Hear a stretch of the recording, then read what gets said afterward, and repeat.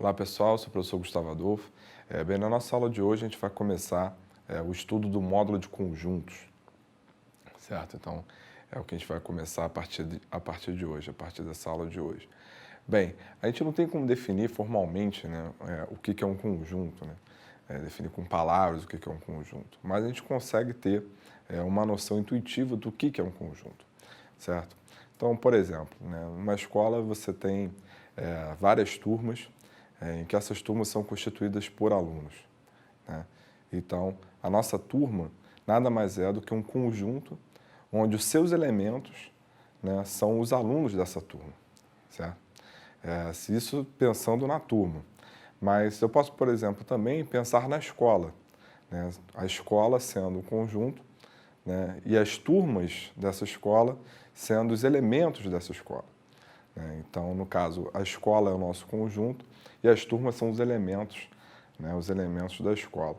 Então, por mais que a gente não consiga definir formalmente com palavras o que é um conjunto, a noção intuitiva, eu acredito que seja bem clara do que é um conjunto, né? Um conjunto nada mais é do que um grupo de coisas, onde essas coisas são chamadas de elementos e esses grupos são chamados de conjuntos, certo? Então, a noção intuitiva é essa.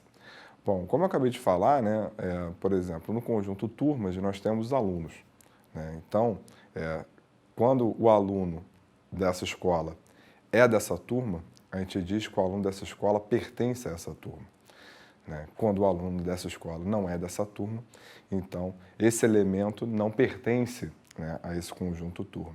Então, o que eu estou falando agora é exatamente da relação de pertinência que existe entre elementos e conjuntos, certo? Então, a notação, né, para o símbolo que significa pertence é esse daqui.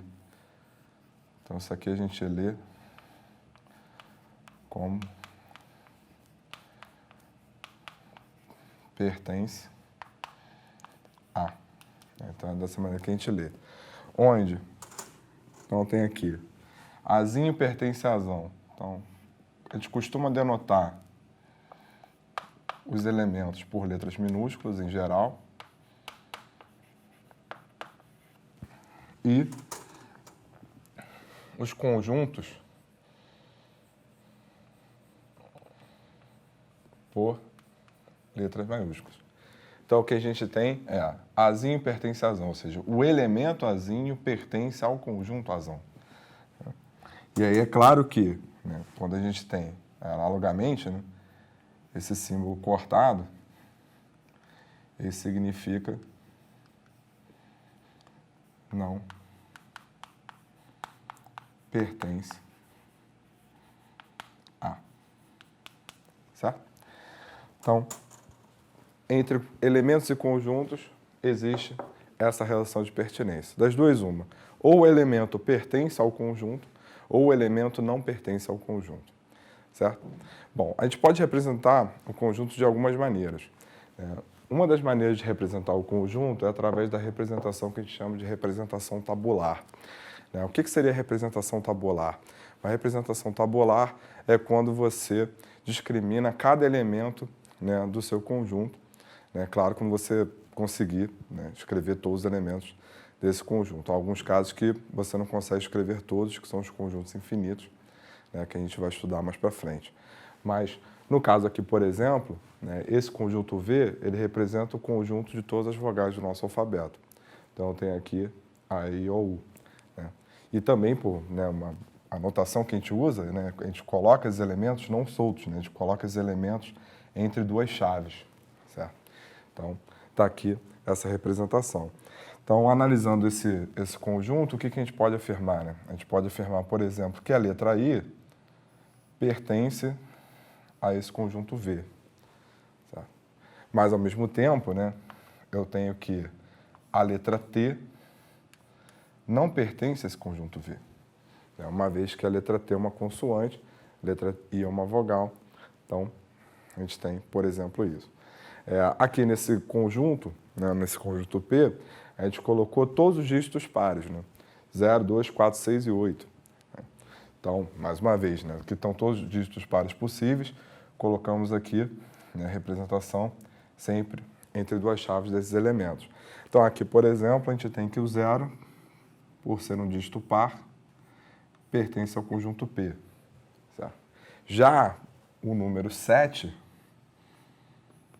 que é um dígito ímpar, ele, então, não pertence a esse conjunto P. Perfeito? Então, essa é uma maneira de representar o conjunto. A outra forma de representar o conjunto é essa daqui, ó. Então, uma outra maneira que a gente tem de representar é através, por meio de uma propriedade.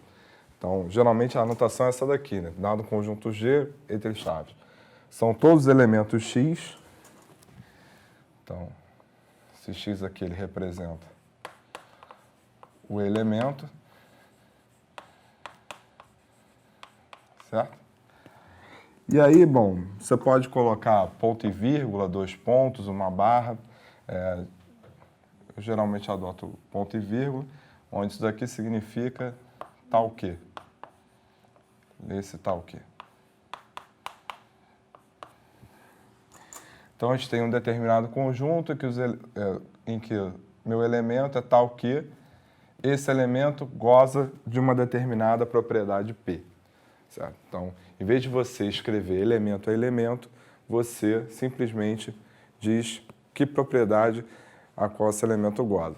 Então, por exemplo, né, esse conjunto aqui.